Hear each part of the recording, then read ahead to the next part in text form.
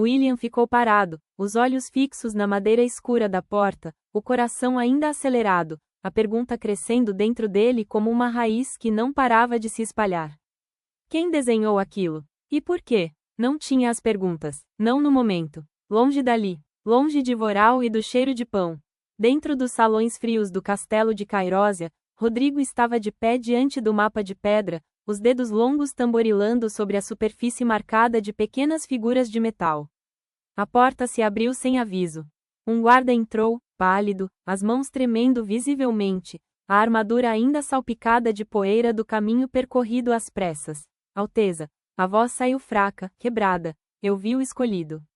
Rodrigo se virou lentamente, cada movimento calculado, como se o tempo, para ele, corresse mais devagar do que para os outros. Você viu? A voz era serena, quase gentil. E por que não o capturou? O guarda engoliu seco, os olhos baixos, fixos no chão de pedra polida. Eu me assustei. Como pode um guarda real se assustar?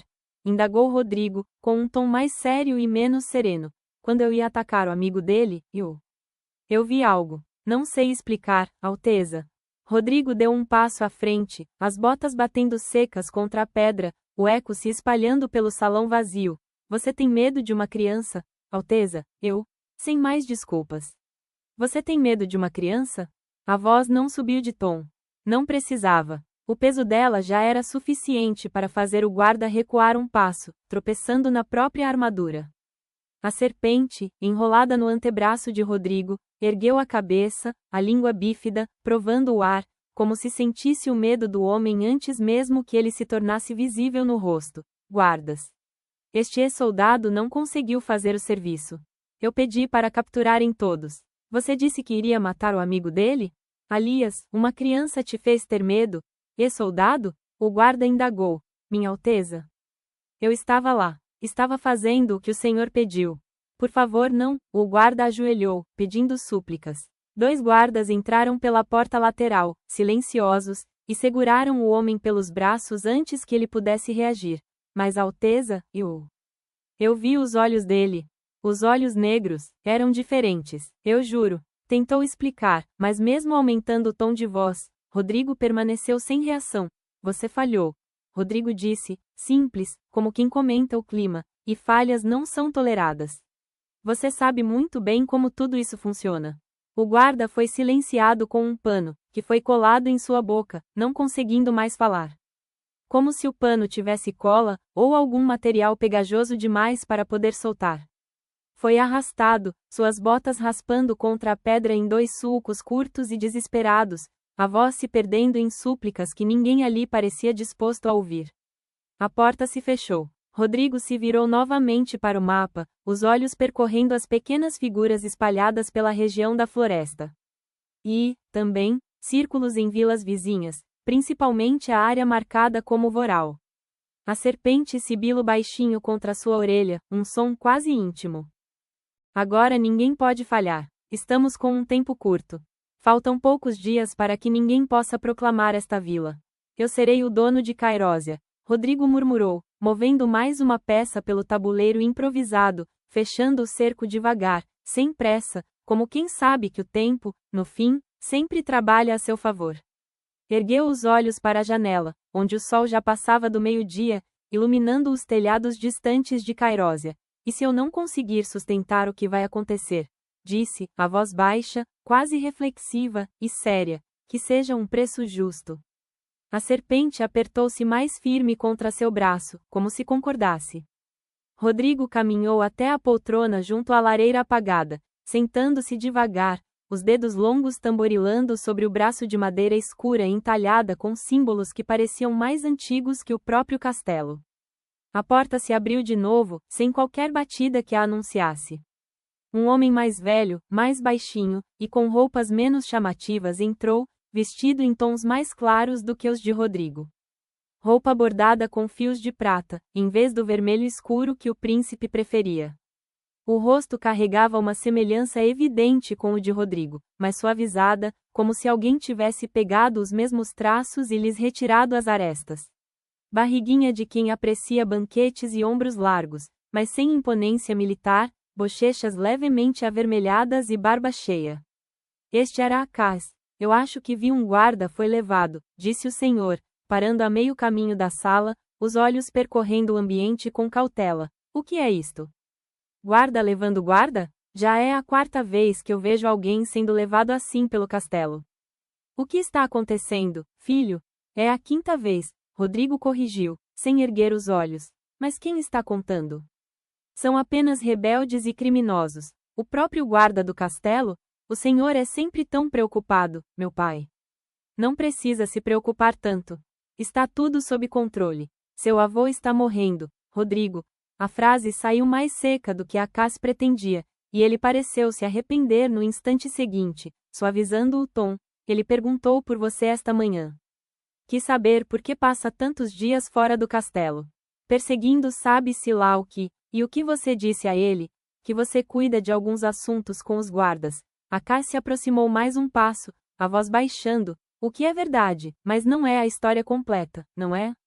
Rodrigo começou a caminhar, lento, cada movimento medido como o de alguém que nunca precisou se apressar para nada na vida. O reino é exatamente o que eu cuido, meu pai. Um pouco diferente do jeito do senhor, e um pouco diferente do jeito do meu avô. Com todo o respeito ao homem que ele foi, jamais teve estômago para fazer. Estômago para quê? Acaz perguntou, a desconfiança crescendo visivelmente no rosto. Para caçar monstros pela floresta?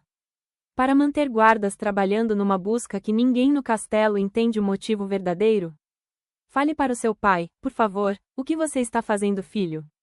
Rodrigo riu, um som curto, sem alegria nenhuma. O senhor diz isto, como se isso fosse capricho meu. Quando o senhor partir, eu terei que resolver todos os problemas do reino. Só estou fazendo isto mais cedo. O silêncio que se seguiu foi cortante. A serpente, no antebraço de Rodrigo, ergueu a cabeça, a língua provando o ar entre pai e filho. Como se sentisse a tensão antes mesmo que ela se tornasse palavras. Você tem que se livrar disso, disse Acaz, apontando para a cobra. Ela pode ter veneno. É perigoso, meu filho. Rodrigo, porém, cortou o assunto, sendo mais enfático. Quando o senhor se sentar no trono, Rodrigo disse, quase gentil, o tipo de gentileza que esconde uma lâmina. O senhor vai entender que proteger um reino significa fazer escolhas que ninguém mais teria coragem. Eu já cuido de várias coisas do reino. Meu filho, o que pensa que eu faço? Acaz respondeu, firme. Seu avô está muito debilitado, então toda a parte burocrática, se escrever e assinar pautas, sou eu que faço, gesticulou, vago, na direção da janela, da floresta distante. Toda a parte que ajuda o povo. Rodrigo se aproximou do pai, parando a uma distância que, para qualquer outra pessoa, teria parecido ameaçadora. Para Acaz, era apenas familiar, mas algo no local dizia que Rodrigo não tinha as mesmas intenções, e que isso poderia prejudicar todo o reino.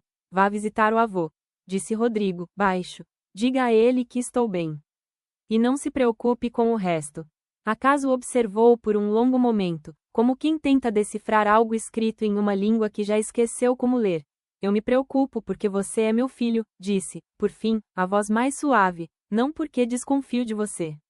Ainda, não quero me arrepender. Por favor. A palavra final pesou no ar entre os dois. Rodrigo não respondeu, apenas observou o pai se virar e sair. A porta se fechando com um som mais suave do que o esperado, quase delicado. Rodrigo voltou ao mapa, com os dedos correndo pelas pequenas figuras de metal espalhadas pela região ao norte. Ele suspeita? Disse, com a voz baixa. A cobra em seu antebraço sibilo, um som quase de resposta. Entendo, Rodrigo completou, um meio sorriso se formando, sem qualquer calor por trás dele. Mas suspeitar não é o mesmo que saber. E enquanto ele não souber, moveu mais uma peça pelo mapa, fechando o cerco um pouco mais. Ele continuará sendo esta pessoa boazinha que o povo adora, e eu continuarei sendo livre para fazer o que precisa ser feito. Mais tarde o plano estará completo. Você e eu. Caminhou de volta até a janela, observando o sol já alto sobre os telhados de Cairósia, o brilho refletindo nas pedras polidas das ruas principais, na multidão distante que se movia, ignorante, pelos mercados e praças. Quanto tempo até todos descobrirem a verdade? Perguntou, mais para si mesmo do que para a serpente. A criatura não respondeu, apenas se ajeitou, mais apertada, contra o antebraço dele. Não importa. Já é tarde demais para mudar qualquer coisa, Rodrigo concluiu, baixo.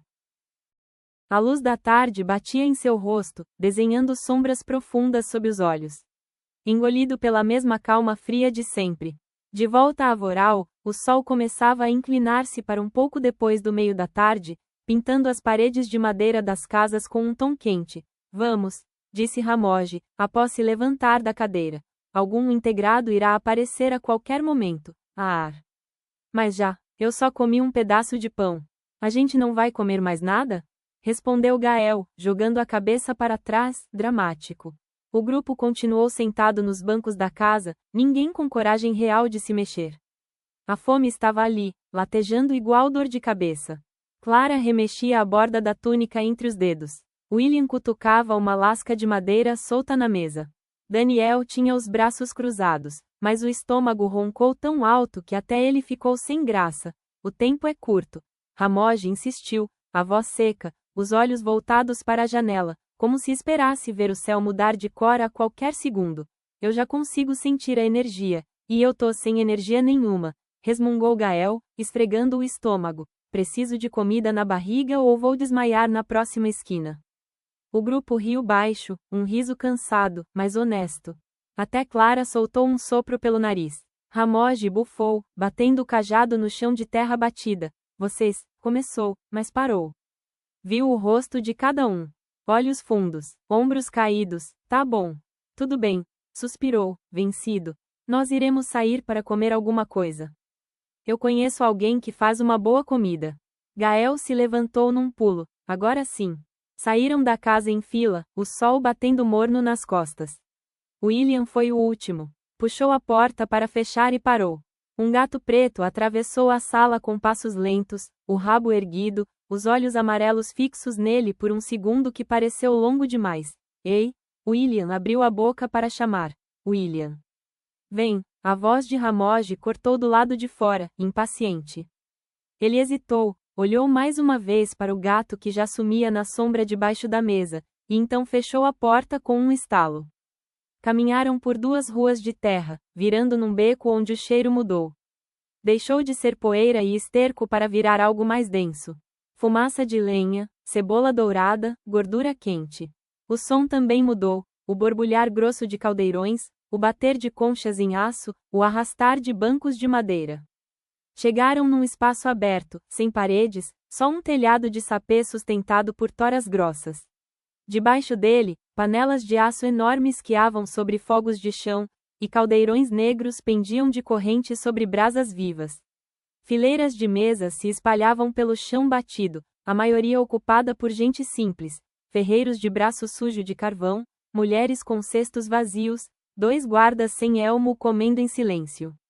William parou, olhando tudo. Isto estava perto da gente, perguntou, surpreso. Como que a gente não viu isto antes? O que é isto? Perguntou Gael. Ramogi já estava indo até um dos caldeirões, pegando uma concha funda. Isto é sopa, respondeu, simples. Mergulhou a concha no líquido espesso, cor de terra, cheio de pedaços de cenoura e algo que parecia batata.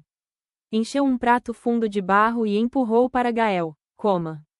Antes que alguém pudesse enfiar a cara no prato, uma voz forte cortou o ar, vindo de trás de um dos fogões. Ramogi, seu filho da mãe. Vai comer da minha sopa sem nem me dar bom dia? Uma mulher surgiu entre a fumaça. Baixa, robusta, braços grossos de quem vira panela pesada todo dia. O cabelo grisalho preso num pano vermelho, o rosto vermelho do calor, e um avental que já foi branco um dia, agora manchado de tudo que se pode imaginar. Nos olhos, porém, havia um brilho de riso. Oh, Rosa! Ramogi resmungou, mas o canto da boca subiu. Como você está? Onde mais eu ia tá? Ela veio até eles limpando as mãos no avental, e deu um tapa no ombro de Ramogi que fez o velho balançar. Depois olhou para o grupo, analisando um por um. E esses aí? São os novos sobrinhos? Parece que não comem há dias, hein? Não mesmo, corrigiu Gael, já com a boca cheia. Comendo a sopa diretamente da concha de se servir. Rosa riu, um riso alto que ecoou pelo lugar e fez 2 homens numa mesa próxima erguerem as canecas em resposta. Senta, menino. Senta todo mundo. Apontou para uma mesa vazia com a concha ainda pingando. Vocês podem me chamar de tia Rosa. E hoje o cardápio tem sopa de feijão com legumes e bastante colágeno. Um poquinho de ferro também é acento agudo mm. E se depender, conseguem achar algum pão por aí, daquele mesmo que a Elsa faz. Aquela mulher não veio até agora, mas daqui a pouco deve estar chegando. Os pequenos já conhecem ela? Sim, respondeu Ramogi, curto e sério. Clara puxou um banco. Daniel sentou sem falar nada, mas já esticava a mão para um prato de barro. William ainda estava parado, absorvendo o vapor, o cheiro, o barulho. Tia Rosa parou do lado dele, seguiu seu olhar para os caldeirões. Surpreso, né? Uma vila como a nossa, e um espaço como esse. Não é fácil, disse, mais suave, é onde a vila vem comer de vez em quando. Eu costumo servir os que não são daqui, como você, meu querido. Ela encheu um prato de barro para ele e colocou na sua frente. Come, menino. Ninguém pensa direito de estômago vazio.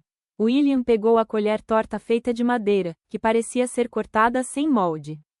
Do outro lado da mesa, Ramogi já comia em silêncio, mas os olhos não paravam, vigiando a entrada do beco. A energia, ele tinha dito. Estava perto. Vejo que vocês devem ter andado o dia inteiro sem parar, disse tia Rosa, secando as mãos num pano preso à cintura. Ninguém caminha bem com a barriga vazia. Nem mesmo os santos caminharam jejuando para sempre. Clara sorriu, um sorriso cansado, mas verdadeiro. Isso é da Bíblia? Perguntou, curiosa. A mulher riu, um riso rouco, gostoso de se ouvir. Não exatamente, menina. Mas o sacerdote da vila sempre disse uma vez que até um profeta precisou comer antes de seguir o caminho. Um anjo trouxe pão e água para ele, debaixo de uma árvore, antes de uma longa caminhada pelo deserto. Se nem ele pôde seguir sem comer, quem sou eu para deixar vocês saírem daqui de estômago vazio? O cheiro de lenha se misturava ao aroma quente que já subia de uma das panelas de barro. Você vai sentir no finalzinho, o gostinho de um último toucinho salgado, cortado bem fino, para dar sabor. Eu estou trocando o sal, pois é caro, e desperdiçar é pecado nestes tempos. Gael riu baixinho. Pecado desperdiçar sal? Lá de onde eu venho, a gente até jogava sal para trás quando derrubava na mesa. A mulher ergueu uma sobrancelha, sem entender bem a referência, mas sorriu mesmo assim, talvez achando graça do jeito estranho como aquele grupo falava. A sopa estava servida em tigelas de barro desbotado, uma para cada um. William provou primeiro, hesitante, soprando o vapor que subia da colher. O sabor era simples, quase rústico demais para o paladar acostumado a fast food e refrigerante, mas havia algo reconfortante naquilo. O calor descendo pela garganta, o leve gosto salgado se misturando ao doce sutil da cenoura. Isso é muito bom, admitiu, surpreso com a própria sinceridade. Claro que é, a mulher respondeu, satisfeita, apoiando-se à mesa, juntando-se ao grupo com a naturalidade de quem já os considerava, de alguma forma, parte daquele dia. E como é boa, completou Gael, já deixando a colher de lado, e comendo diretamente com a concha. Fazendo todos rirem pelo momento de descontração. Por um instante, William notou algo diferente no rosto do amigo, um relaxamento breve, quase imperceptível, como se aquele prato simples conseguisse, por alguns minutos, afastar o peso de estarem em um local desconhecido e diferente. Clara mergulhava o pão na sopa, distraída. Ainda processando o dia. Os olhos volta e meia desviando para a rua, lembrando daquela mancha azulada do slime. A senhora mora aqui há quanto tempo? Gael perguntou, entre uma colherada e outra. A vida toda, tia Rosa respondeu, simples e com um sorriso. Nasci aqui. Vou morrer aqui, se Deus quiser que seja em paz, e não nas mãos de guardas ou de bichos que rondam a floresta à noite. A frase pesou mais do que ela talvez pretendesse. O grupo trocou olhares rápidos, mas ninguém comentou. A senhora já viu algum bicho? Algum monstro ou algo assim? William perguntou, baixo. A mulher pausou, a colher parada no ar por um instante. Eu já vi alguns animais pequenos por lá. A maioria passa rápido, com pressa. Olhou para o grupo, um por um, com uma calma que parecia ver mais do que dizia. Não tive a sorte de ver nada que possa me preocupar. Mas é isto que me assusta. Ri levemente, para tentar quebrar o clima. Bom. Eu vou deixar vocês. Desculpe pelo medo de agora. Qualquer coisa é só me chamar, hein? Gostei de ver vocês, os novos sobrinhos do Ramogi. Tia Rosa pega um dos pratos e vai saindo, devagar, cantarolando, e cumprimentando os outros que vinham chegando. O silêncio, ali, falava sozinho, como o silêncio que Ramogi deixara na cabana, na noite anterior. Foi enquanto terminavam de comer, as tigelas já quase vazias, que Ramogi percebeu que através dos pilares do local, o céu começava a brilhar. Uma luz verde, fraca no início, mas crescendo rápido, rasgando o azul. Já é a hora, Ramogi apontou, levantando. Pegando seu cajado e derrubando a colher na pressa. A colher bateu no prato de barro com um estalo seco e quicou para o chão, espirrando caldo nos pés de Gael. Ei! Gael recuou o pé, mas ninguém viu. O ar tinha mudado. Ficou mais pesado, como antes de uma tempestade. Até o borbulhar dos caldeirões pareceu diminuir. Clara largou a colher. Daniel já se levantou rápido, com a mão no encosto do banco. William sentiu um arrepio subir pela nuca quando olhou para fora. Entre os pilares de madeira que sustentavam o telhado de sapê, o céu não tinha mais um tom de azul vivo. Estava levemente verde, integrado, surgindo agora. Tia Rosa indagou. A senhora sabe? Perguntou Clara. É claro que eu sei. A vila toda sabe, mas ninguém conseguiu ver como eles são. Dizem que são de outro lugar, e que juntos sempre tem algum, escolhido, que vai ser o rei da vila. Libertando a vila ou salvando de algum monstro. Quero muito ver como eles são. Clara ficou assustada. Não podia contar. Ramogi não esperou. Bateu o cajado no chão e já estava andando, as passadas firmes, rápidas, desviando das mesas e dos bancos. Vamos, jogou por cima do ombro, sem olhar para trás. Agora. O grupo se levantou num atropelo. Gael enfiou o último pedaço de pão na boca. Clara, ainda imóvel, teve que ser acordada por Daniel, que a cutucou. William foi o último a sair, virando uma última vez para a tia Rosa. Ela não acenou. Só apontou com a concha para a saída, os olhos sérios, para que não ficasse para trás do grupo. Eles correram atrás de Ramogi, saindo da sombra para a luz crua da rua. O brilho verde já manchava algumas paredes de barro das casas, pintava o rosto dos moradores que paravam para olhar. Uma fumaça verde subia de um ponto próximo, no meio de uma rua estreita entre duas casas. Alguns moradores já se aproximavam, curiosos, alguns com o rosto iluminado de fascínio, outros recuando, claramente assustados pelo brilho incomum. Ramogi não diminuiu o passo. Atravessaram a rua principal correndo, esquivando-se de um carrinho de mão carregado de feno, derrubando quase uma cesta de maçãs que uma criança segurava. A fumaça verde já começava a se dissipar quando chegaram, revelando, no centro do pequeno burburinho de curiosos, uma figura desnorteada. Uma garota. Vestia um casaco grosso de inverno, completamente fora de contexto sob o calor da tarde, com fones de ouvido pendurados no pescoço e um tablet apertado contra o peito, como se aquele objeto fosse a única coisa sólida no mundo inteiro naquele momento. O que? Onde? Onde eu estou? Ela murmurou, girando em volta, os olhos arregalados fixos nas casas de madeira, nas roupas estranhas dos moradores, no céu que ainda guardava resquícios verdes da fumaça que se desfazia. Vem! Ramogi se aproximou, puxando o braço dela com urgência. Mas não foi rápido o suficiente. O burburinho dos moradores já tinha chamado a atenção demais. Ali. É um integrado. O grito veio de algum lugar atrás deles, e em segundos, 3 guardas de Cairósia surgiram correndo pelas ruas estreitas, as armaduras polidas refletindo os últimos raios de sol. De onde eles vieram? Perguntou Daniel, enquanto olhava para os cantos das ruas. Ramogi ergueu o cajado, a voz cortando o caos que se formava. Protejam-se. Tentou lançar magia, um gesto rápido, conhecido, o tipo de movimento que William já tinha visto funcionar perfeitamente na noite da fuga do calabouço. Mas a luz na ponta do cajado vacilou. Tremeu. E se apagou. Não. Não agora. Ramogi murmurou, os olhos arregalados para o próprio bastão, como se ele mesmo não acreditasse no que estava acontecendo. Não havia tempo para entender o motivo. A perseguição começou. O grupo disparou pelas ruas estreitas de Voral, virando em becos apertados, derrubando baldes, espantando galinhas que cacarejavam indignadas para todos os lados. A garota nova corria atrás, ainda sem fôlego, ainda confusa, mas com instinto suficiente para entender que parar significava ser capturada. Mesmo que quisesse, não poderia parar. As pessoas que viam de fora, aquele grupo correndo, nem sequer imaginavam o motivo. Foi Daniel quem salvou a situação. Por aqui, gritou, puxando uma corda fina, quase invisível, amarrada entre dois postes de madeira na entrada da vila. Uma armadilha se levantou e ativou com um estalo seco. Um dos guardas tropeçou de cara no chão, o elmo rolando por entre as pedras da rua, enquanto sua perna havia sido presa por um objeto feito de aço. Agora, Ramogi berrou, já correndo na direção contrária, puxando William pelo braço. O cajado deu uma luz.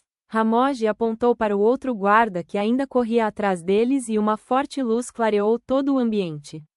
O guarda parou, coçou os olhos, mas não via mais nada pela frente. O grupo desapareceu entre as casas, cortando por um quintal estreito, saltando uma cerca baixa de madeira, até que os passos ficassem distantes, abafados pelas paredes e telhados ao redor. A garota nova parou, ofegante, encostando-se à parede de uma construção de pedra, o peito subindo e descendo descontrolado, o tablet ainda apertado contra o corpo como um escudo improvável. O grupo se reuniu atrás de uma igreja pequena e abandonada, com a fachada de pedra cinzenta coberta de musgo e uma cruz simples, desgastada pelo tempo, pendendo torta sobre a porta lacrada. A garota estava encostada numa das colunas, tentando recuperar o fôlego, os olhos ainda arregalados, alternando entre o grupo e o céu, como se esperasse que tudo aquilo se revelasse, de repente, ser uma alucinação. Quem é você? Perguntou, finalmente, olhando para Ramogi com uma mistura de medo e reconhecimento confuso.